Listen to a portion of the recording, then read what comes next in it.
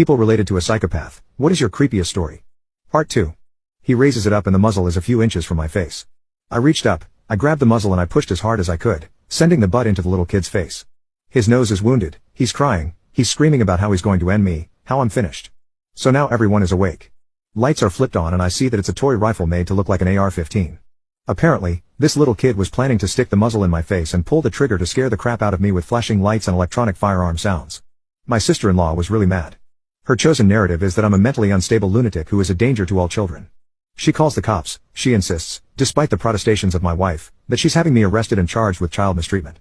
Police arrive, interviews take basically the whole day. I'm a little worried that, getting arrested aside, I might not be able to leave and go home the next day as planned because these cops might not be done with their investigation. Fortunately, it didn't play out that way. See, this little kid wasn't just crazy around me, he was crazy everywhere and had been for years. The police had a file on him because the school was required to call the police every time he threatened to bring a firearm to school, which was often. I laid out my version of events much like I did here. I didn't see him and have a flashback thinking he was an insurgent. I saw him, I knew what he is going through his head, and I wanted to try to prevent him from ending my family. They did let me go home on schedule, and a week later the detective called me to let me know there would be no charges. He also told me that his interview with my nephew was chilling and he hopes that my sister-in-law pulls her head out of the sand and gets the kid some help. I told him she won't ever, and when he's 30 years old and on trial she'll be crying and saying he's just a boy.